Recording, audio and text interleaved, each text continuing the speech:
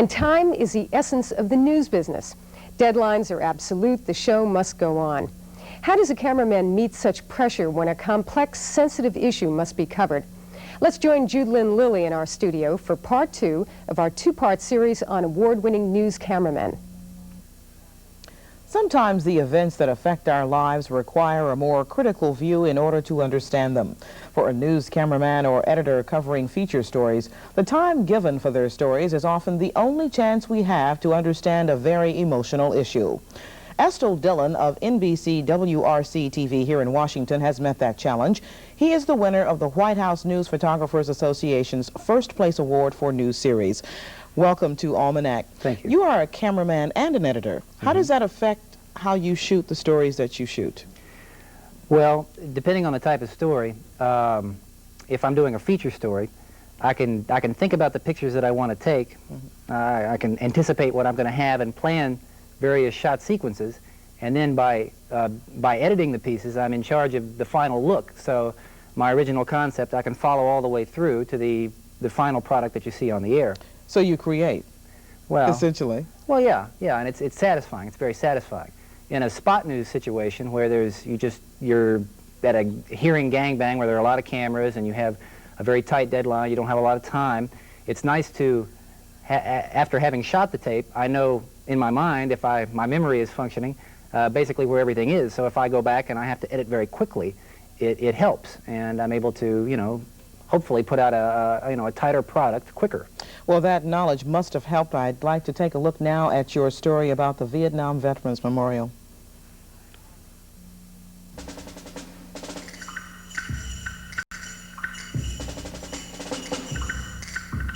We don't have a lot to celebrate about Vietnam, but I think we owe those who died a memorial.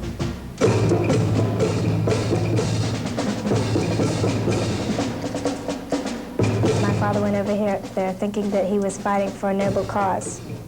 He was 33 when he died, so he was 31 when he went. And he saw a Viet Cong who was surrendering, and his helicopter landed, and then he was ambushed, and he was shot, and he bled to death on the way back to the hospital.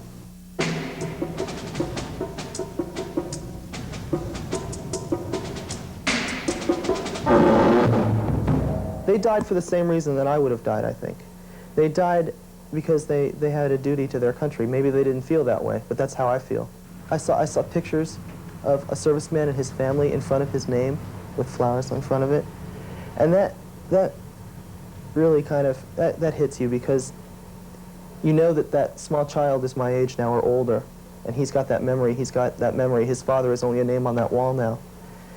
And I was fortunate enough to have my father come back.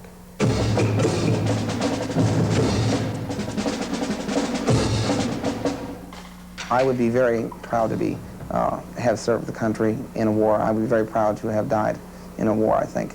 I would be willing to die, yes.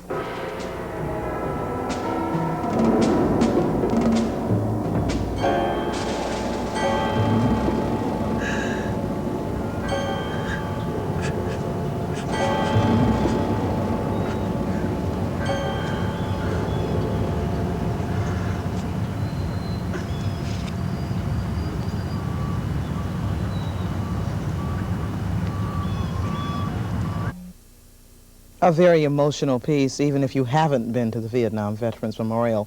That story is unusual. There is no reporter narration. How did that come about? Well, Vietnam Week, the Memorial Week that we did that piece, we also did 4 others. And one piece involved going to Canada to do Draft Dodgers Follow. Another was just a general overview. And that was the 5th piece in the series. We decided that we wanted to do something a little different. The producer that I was working with and myself discussed it, and we just liked the idea of having the pictures tell the story and trying to get an emotional mood, without having, a reporter explaining things, explaining what should be obvious by the pictures if they're presented properly. So when you went down to make the pictures for the Vietnam Veterans Memorial, how did you decide? Did you sit down with the person, your producer, and just do all that, or what happened once you got down there and you saw what was really there? Well, we had spoken loosely about just some conceptual ideas, but we didn't deal in specifics. I knew we were going to go down there at the break of dawn. We got there at 5 a.m. So I knew that the sun was going to come up, and I knew that I wanted to get kind of a look where we had the slash of the wall and the sun, you know, peeking over it. And I had a few shot sequences in my head that I wanted, like approaching the names on the wall, wide, tighter, tighter, tighter, creating a momentum with a lot of movement. You'll notice that most of those shots there is movement. In most every one. I kind of got that idea from watching a lot of commercials, because you watch commercials on TV and there's a lot of movement and a lot of quick cutting, and it creates a mood and a momentum, and you combine that with the percussion music, and there's a tension that's created, and that's broken up by the little sound bites from the students whose fathers were killed, and the release, I suppose, is the man at the end, the gentleman at the end who found the name he was looking for. Would you have shot it differently had you not known you were going to edit it as well? I would probably be a lot less conceptual, and because I mean, if you looked at the raw tape, you'd have like a lot of zooms and tilts and pans and pushes that taken by themselves probably wouldn't make much sense to, you know, if to an editor who had seen the tape fresh. But since I shot it with an eye for what it was going to look like at the end, I was able to follow it through. So it was good. Is that an example in the next story we're about to see? No, the next story is different in that we went to this warehouse, and basically I didn't know what we were going to find, and the reporter and producer didn't know what we were going to find. We just rolled on it, and we had a lot of tape, and we put it together at the end. Okay, well, let's take a look at it. A stark black slash, chiseled with the names of 58,000 Americans killed in Vietnam, a monument to their memory. Plain government file cases. What's inside is another kind of Vietnam memorial. Since the wall was dedicated, visitors have left things here. Flowers and flags, like at a cemetery, and much more. Most of what's been left is in these cases, in a warehouse, saved and sealed away by the white-gloved government caretakers of the Vietnam Memorial. There are decorations and a peace pin. Old faded photos carry gruesome circles. Did these two die together? Eleanor Alexander, nurse, who honored her death with this offering. Where has this little clip been? What happened to its owner? How did it get to Washington, to the base of the wall? Lance, Robbie, Dick, Ed, and Smitty. Who lived in Vietnam and who died? Richard Nelson was a Navy flyer. He's still missing in action.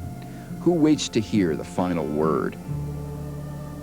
Rations never eaten, left at the wall.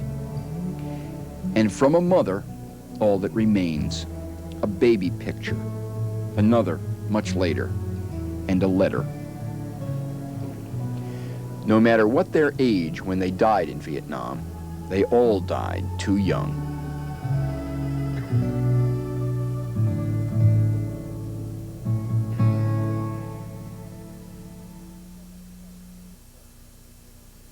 Again, that was part of the series that you did on the Vietnam Veterans Memorial, or Vietnam Week. Right.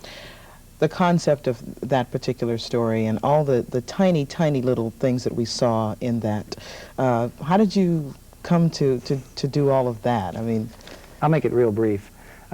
Basically, we had a couple of Vietnam vets that went with us that were featured mostly in the original tape, but they got so choked up when we got there that basically they weren't usable.